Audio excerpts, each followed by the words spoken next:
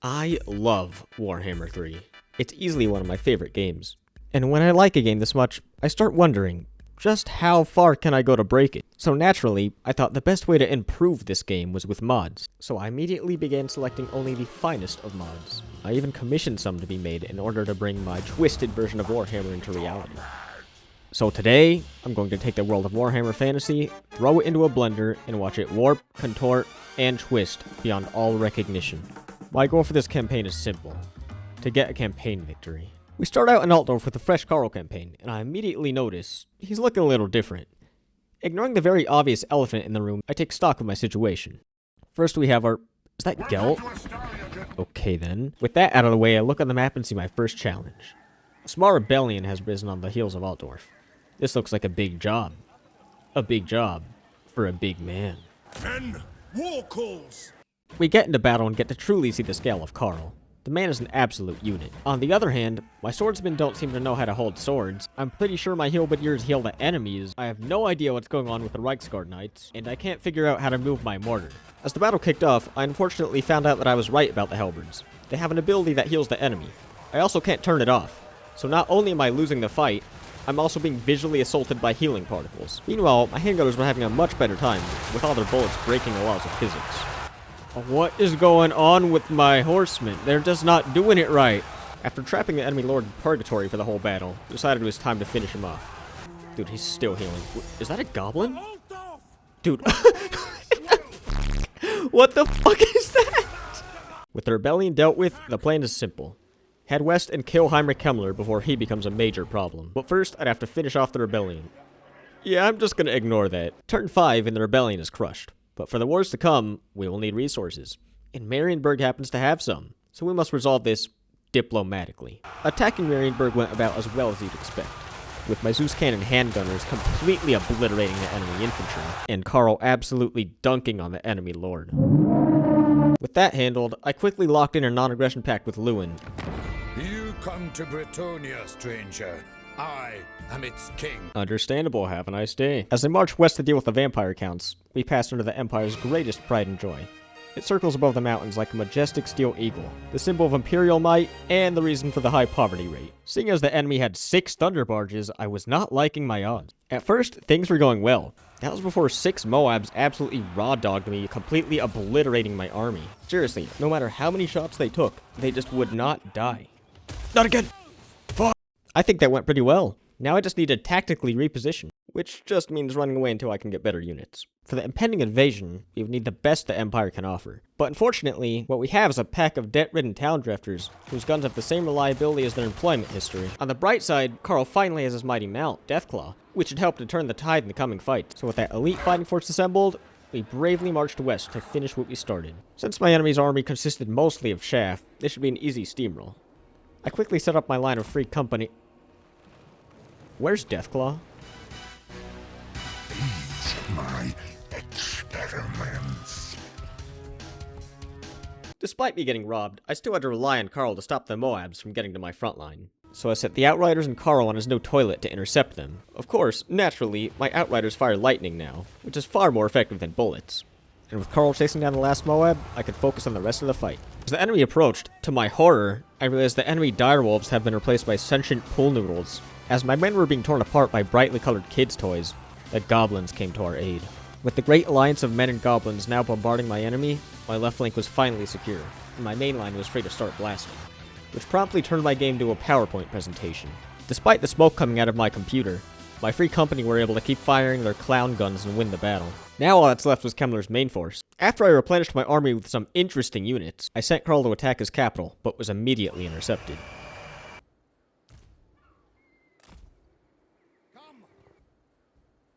What did he just say? We were heavily outnumbered, so I had my war wagons thin the herd, except they kept majestically missing nearly every shot. Since the shooting was a disaster, I threw a bunch of boats into the front line hoping it would help. And honestly, it turns out being run over by a 10-ton ship hurts a lot more than being run over by a horse. The enemy, never having seen such tactics, simply decided to stop obeying the laws of physics.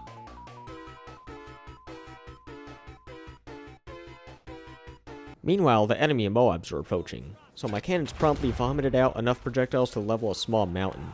With our win all but assured, I called in the big guns to finish the job. The legendary hero got...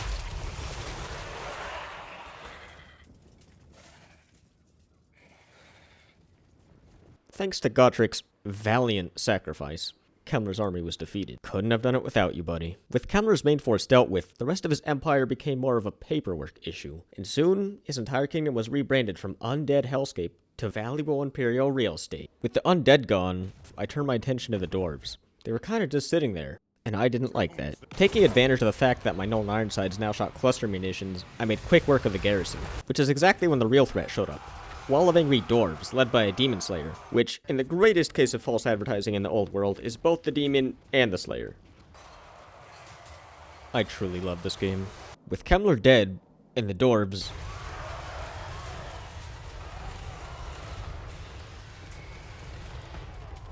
dealt with, it was time to fight Vlad. Where is he? Nothing purges this sterling taint. Dear God. Somehow, the worst thing about this mod is Vlad getting confederated to Stirland. This meant I wouldn't just have to fight the undead, I'd also have to fight far worse. Stirlanders. I'm sending Carl West immediately. There's absolutely no chance that I let Stirland take... And my game crashed. Oh, thank God. I can finally get to leap, or I'm trapped in the game to the end of fucking time. Despite this game turning into a prison scenario, it does occasionally throw me a bone. Elspeth wants to confederate. I'm taking it, and with the vision she grants us, we can clearly see Vlad, who is heading our way. But first things first, I don't like dwarves, so I'm just gonna kill them. Yes. I'm sure I need siege equipment for this map. As it turns out, running in a straight line towards a bunch of artillery and guns is a bad idea, which promptly led to their annihilation. Dude, what is wrong with this guy?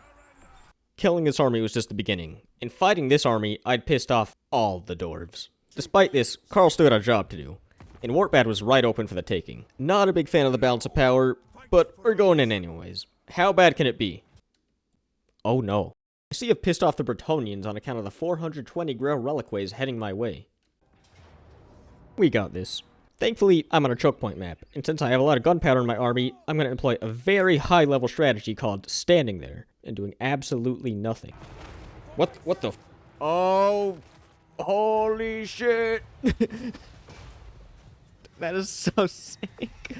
They got the swirly bullets. What the fuck is that? What is happening? What is that? With the front line holding and guns blasting, everything was going exactly as planned. Except for one small thing. At the beginning of this fight, I tried to deploy my heal birds out of the battle because they're a garbage unit. But the enemy lords kept flying over to them to get healed. But that's why I brought the Luminarch. That fucking sucked. Along with this, I forgot just how many Moabs the enemy had. No, net it! Net! Not again! Not again! Run! Oh god. Since my ranged units were busy exploding, I sent in my armada to slam the enemy with the literal force of a freight train, which promptly turned the battle back in our favor. Oh, whoa, what's going on with the pool noodles? What the hell are they doing? Placeholder. That honestly went pretty well. All that's left now is to clean up these armies and continue marching east. And by east, I mean attacking anyone who's within range, because I am broke, and the best way to make money is to start wars. Speaking of starting wars, the British have set up camp between me and the dwarves, so I'm killing them too, much to the satisfaction of the French. As I liberated the ogre capital, the dwarves finally approached, taking out an army for me along the way. Fortunately, Elspeth was prepared, trustworthy, and completely reliable, having spent years fighting against the dwarves. On a totally unrelated note, a massive Skaven invasion was brewing in the west, but I was prepared for this, for I had... Yeah, that's just Diva Lockhart, not much else to say. This looks like a terrible fucking edit. With the Skaven approaching the border, I sent Tifa unlock... She doesn't even have animations. She's just asserting dominance. Let's take a look at the situation. We got our... Oh my god, her arms. Dude, why are they like that? This mod is so stupid. Besides Tifa, we also had another new unit. Demigrift Knight. Oh, I hate them. I hate them so much. Why are they like that, though? Besides the fact my Hellblaster volley guns each had 20 models, it's time to take a look at what we were up against. I quickly realized that half the Skaven roster isn't even Skaven. These clan rats are just Kislevites warriors, plague monks, or whatever the hell this is. And... Yeah, you get the gist. Nothing is right. So I started what I thought would be an easy battle, considering I outnumbered the enemy heavily. Boy, was I wrong. My original plan was to hold my ground while my ranged blasted the enemy.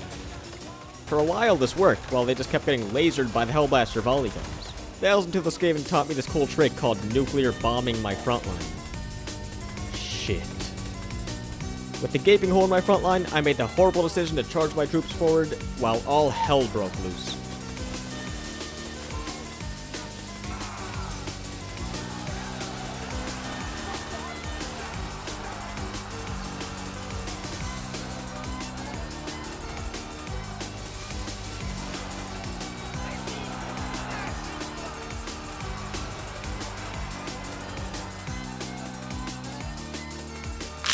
Ew, why does that happen? They just crumpled into a little piece of paper.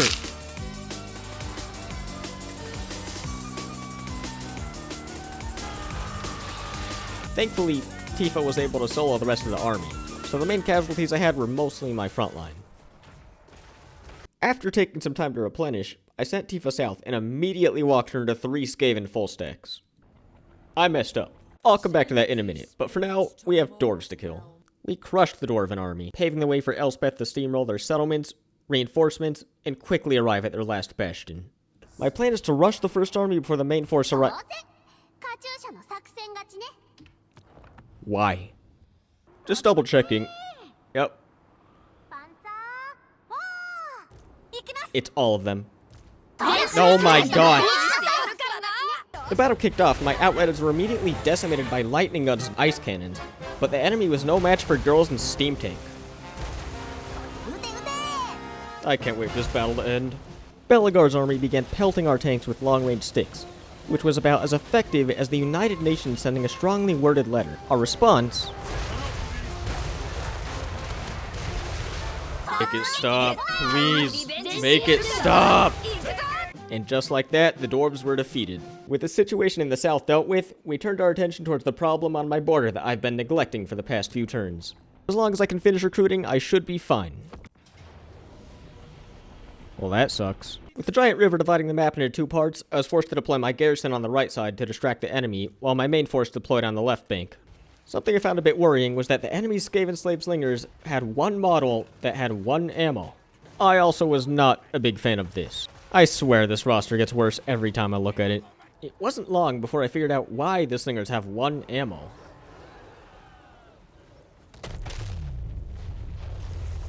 Despite my garrison making the ultimate sacrifice, the enemy was still coming.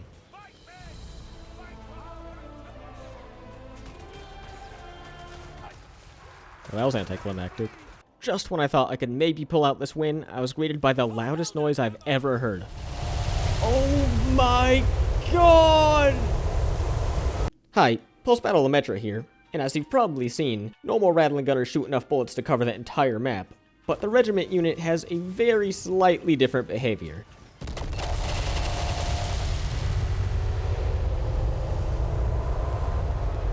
Now that that's cleared up, what did I do with this information? Move!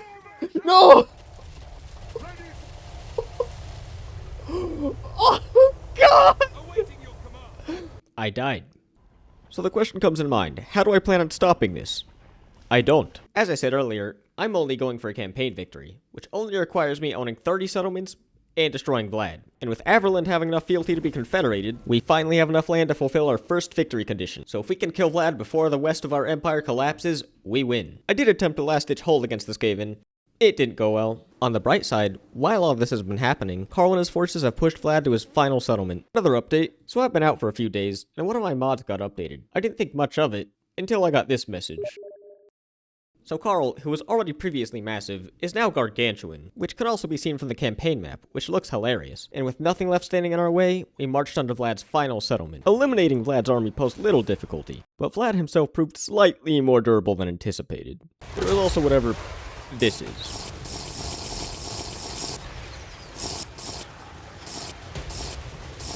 What have I done to my game? A few minutes into the battle, I realized that Vlad had taken literally 0 damage, and quickly realized that this would become a huge problem. That did actually nothing. Unable to deal with Vlad, he quickly killed most of my army. So I sent in Carl, who does what Carl does best. He got his ass handed to him. That is so bullshit. How am I supposed to fight this?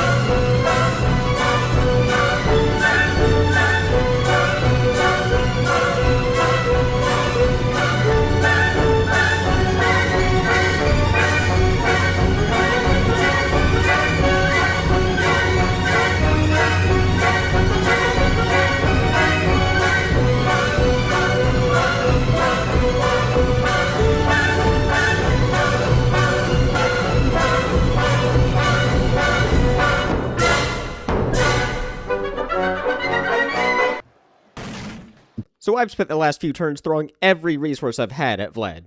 And as you can see, things have gone rather poorly across the rest of the Empire. Altdorf is going to fall next turn, and my treasury is completely empty, which means this is my last chance, with everything I have left standing outside Vlad's final settlement. My strategy is to surround Vlad so he doesn't one-shot Carl. Oh my god, he lived. That was expected. Since Carl's dead, the best I can do is weaken his army so I can at least... Ich muss mich verwandeln. What am I hearing? Yeah, okay. Transformation komplett. What the hell?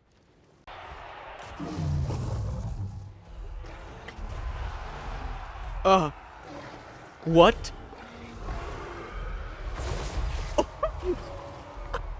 Holy shit. It's safe to say I've won. I have my own Vlad now, motherfucker. Yeah, I think this should be the next DLC character. Completely balanced. No changes needed. 98% ward save. Yeah, sounds good to me. I cannot believe the amount of bullshit I went through just to have the win button right in front of me. Oh my god. It's finally over. Yes! It's finally over. Thank god. With that, we finally have our campaign victory. Define victory.